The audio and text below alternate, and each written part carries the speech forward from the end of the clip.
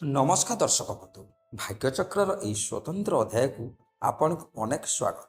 ଆଜି ହେଉଛି 8 ମେ 2026 ଶୁକ୍ରବାର। ଆଜିର ଦିନଟି ସୌଭାଗ୍ୟର ଦାତ୍ରୀ ମା ଲକ୍ଷ୍ମୀ, ମହାଲକ୍ଷ୍ମୀ ଏବଂ ସନ୍ତୋଷୀ ମାଙ୍କୁ ସମର୍ପିତ। ଶୁକ୍ରବାର ଦିନଟି ହେଉଛି ପ୍ରେମ, ସୌନ୍ଦର୍ଯ୍ୟ ଏବଂ ଭୌତିକ ସୁଖ ସୁବିଧାର କାରକ। ଆଜିର ଦିନଟି ଆପଣଙ୍କ ରାଶି ପାଇଁ କିପରି ରହିବ ସେ ବିଷୟରେ ଆମେ ଖୁବ୍ ଗମ୍ଭୀର ଭାବେ ଆଲୋଚନା କରିବା। ତେବେ କାର୍ଯ୍ୟକ୍ରମ ଆରମ୍ଭ କରିବା ପୂର୍ବରୁ ଆସନ୍ତୁ ନଜର ପକାଇବା ଆଜିର ସମ୍ପୂର୍ଣ୍ଣ ପଞ୍ଚାଙ୍ଗ ଉପରେ। 8 ମେ 2026 ଶୁକ୍ରବାର, ବୈଶାଖ ମାସ ଶୁକ୍ଲପକ୍ଷ, ମେଷ 25 ଦିନ। ସୂର୍ଯ୍ୟୋଦୟ ଓ ସୂର୍ଯ୍ୟାସ୍ତ। ସୂର୍ଯ୍ୟୋଦୟ ସକାଳ 5ଟା 13 ମିନିଟ୍, ସୂର୍ଯ୍ୟାସ୍ତ ସନ୍ଧ୍ୟା 6ଟା 15 ମିନିଟ୍। ତିଥି ଓ ନକ୍ଷତ୍ର। ତିଥି ସପ୍ତମୀ ଦିବା 2ଟା 26 ମିନିଟ୍ ପର୍ଯ୍ୟନ୍ତ, ତାପରେ ଅଷ୍ଟମୀ। ନକ୍ଷତ୍ର ଶ୍ରବଣା ଦିବା 3ଟା 6 ମିନିଟ୍ ପର୍ଯ୍ୟନ୍ତ, ତାପରେ ଧନିଷ୍ଠା। ଚନ୍ଦ୍ର ମକର ରାଶିରେ ରାତ୍ର 2ଟା 15 ମିନିଟ୍ ପର୍ଯ୍ୟନ୍ତ, ତାପରେ କୁମ୍ଭ ରାଶିରେ। ଘାତବାର ଓ ଘାତଚନ୍ଦ୍ର। ଘାତବାର କୌଣସି ରାଶିର ଘାତବାର ନାହିଁ। ଘାତଚନ୍ଦ୍ର ସିଂହ ରାଶିର ଘାତଚନ୍ଦ୍ର ଦିବା 2ଟା 15 ମିନିଟ୍ ପର୍ଯ୍ୟନ୍ତ, ତାପରେ ମିଥୁନ, ମୀନ ଓ ମେଷ ରାଶିର ଘାତଚନ୍ଦ୍ର। ଶୁଭବେଳା ଦିବା 6ଟା 50 ମିନିଟ୍ ଠାରୁ 8ଟା 30 ମିନିଟ୍ ପର୍ଯ୍ୟନ୍ତ ଏବଂ 12ଟା ଠାରୁ 1ଟା 45 ମିନିଟ୍ ପର୍ଯ୍ୟନ୍ତ। ରାତ୍ର 6ଟା 15 ମିନିଟ୍ ଠାରୁ 8ଟା 15 ମିନିଟ୍ ପର୍ଯ୍ୟନ୍ତ ଏବଂ 12ଟା 20 ମିନିଟ୍ ଠାରୁ 2ଟା 40 ମିନିଟ୍ ପର୍ଯ୍ୟନ୍ତ। ନିଶ୍ଚିତ ଖାଦ୍ୟ ସପ୍ତମୀ ପାଇଁ ଦିବା 2ଟା 16 ଯାଏଁ ତାଳଭକ୍ଷଣ ନିଷେଧ। ଅଷ୍ଟମୀ ପାଇଁ ଦିବା 2ଟା 16 ପରେ ନଡ଼ିଆ ଭକ୍ଷଣ ନିଷେଧ। ବିଶେଷ ସୂଚନା ବନ୍ଧୁଗଣ, ଆଜି ହେଉଛି ବୈଶାଖ ଶୁକ୍ଲ ସପ୍ତମୀ। ଏହି ତିଥିକୁ ଗଙ୍ଗା ସପ୍ତମୀ ବା ଗଙ୍ଗା ପୂଜନ ଭାବେ ମଧ୍ୟ ପାଳନ କରାଯାଏ।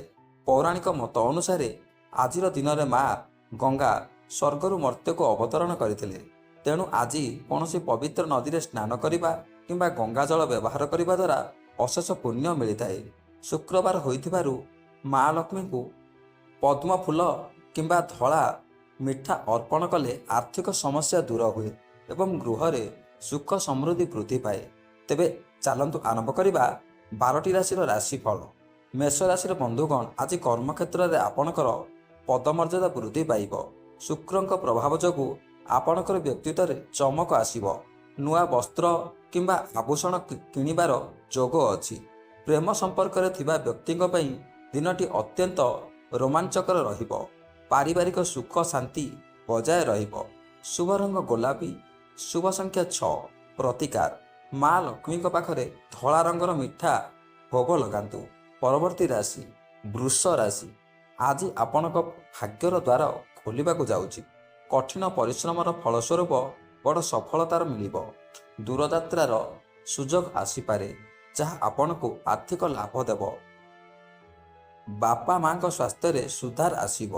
ବ୍ୟବସାୟୀମାନେ ନୂଆ କୌଶଳ ପ୍ରୟୋଗ କରି ଲାଭବାନ ହେବେ। ଶୁଭ ରଙ୍ଗ କ୍ରିମ୍। ଶୁଭ ସଂଖ୍ୟା 8। ପ୍ରତିକାର ଛୋଟ ଝିଅମାନଙ୍କୁ କିଛି ମିଠା ଖାଇବାକୁ ଦିଅନ୍ତୁ। ପରବର୍ତ୍ତୀ ରାଶି ମିଥୁନ ରାଶି। ଆଜି ଆପଣଙ୍କ ପାଇଁ ଦିନଟି ସତର୍କ ରହିବାର ଦିନ।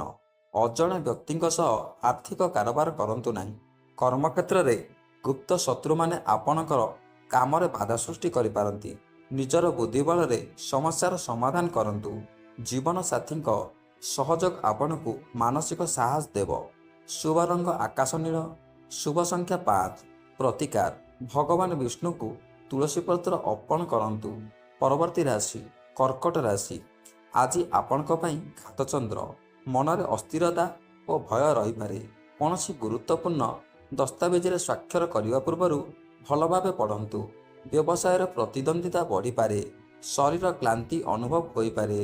ସନ୍ଧ୍ୟା ସମୟରେ ପରିବାର ସହ ସମୟ କାଟିଲେ ମନ ଶାନ୍ତି ରହିବ। ଶୁଭ ରଙ୍ଗ ଧଳା।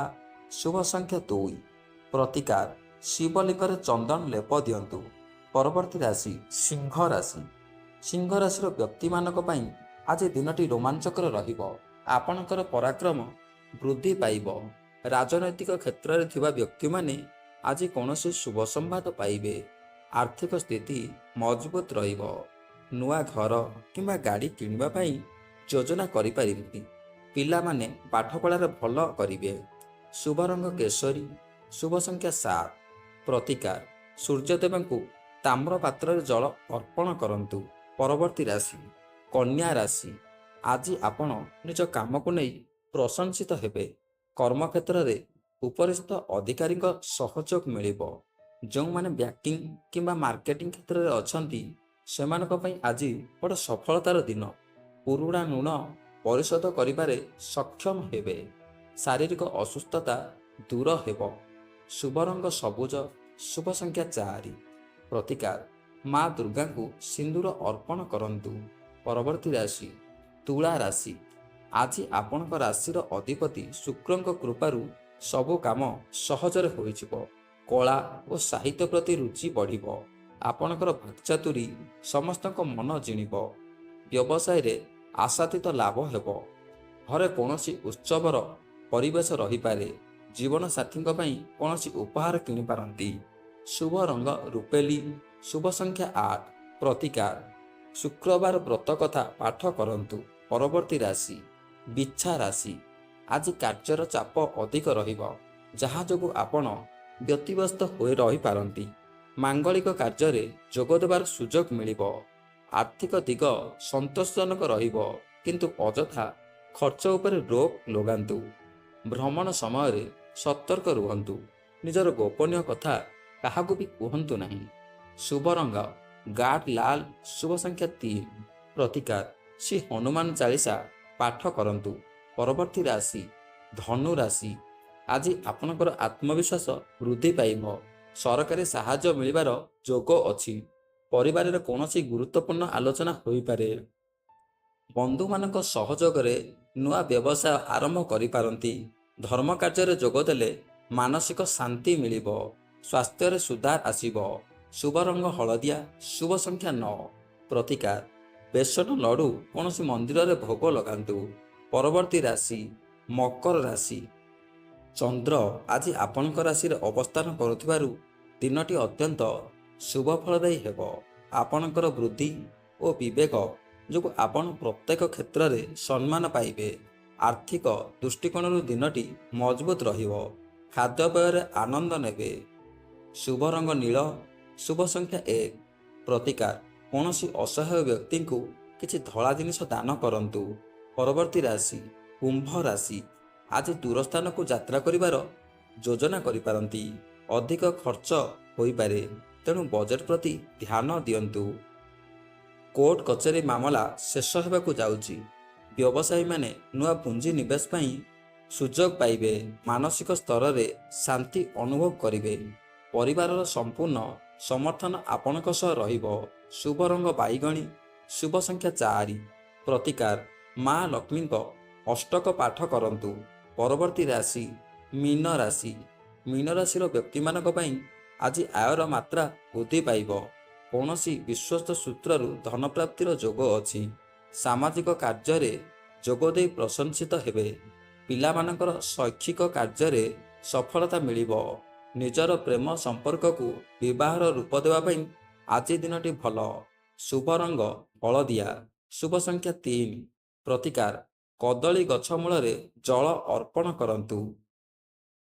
ଦର୍ଶକ ବନ୍ଧୁ, ଏହା ଥିଲା 8 ମେ 2026 ଶୁକ୍ରବାର ସମ୍ପୂର୍ଣ୍ଣ ପଞ୍ଚାଙ୍ଗ ଏବଂ ବିସ୍ତୃତ ରାଶିଫଳ। ମା ମହାଲକ୍ଷ୍ମୀ ଆପଣଙ୍କ ଜୀବନରେ ସୁଖ ସମୃଦ୍ଧି ଓ ଐଶ୍ୱର୍ଯ୍ୟ ଭରି ଦିଅନ୍ତୁ। ଯଦି ଆପଣଙ୍କୁ ଆମର ଏହି ଭିଡ଼ିଓଟି ଭଲ ଲାଗିଥାଏ ତେବେ ଲାଇକ୍ ଓ ସେୟାର କରନ୍ତୁ। କମେଣ୍ଟ ବକ୍ସରେ ଜୟ ମା ଲେଖିବାକୁ ଭୁଲନ୍ତୁ ନାହିଁ। ପୁଣି ଦେଖାହେବା ଆସନ୍ତାକାଲି ଭାଗ୍ୟଫଳ ସହ। ସେ ପର୍ଯ୍ୟନ୍ତ ବିଦାୟ ଦିଅନ୍ତୁ।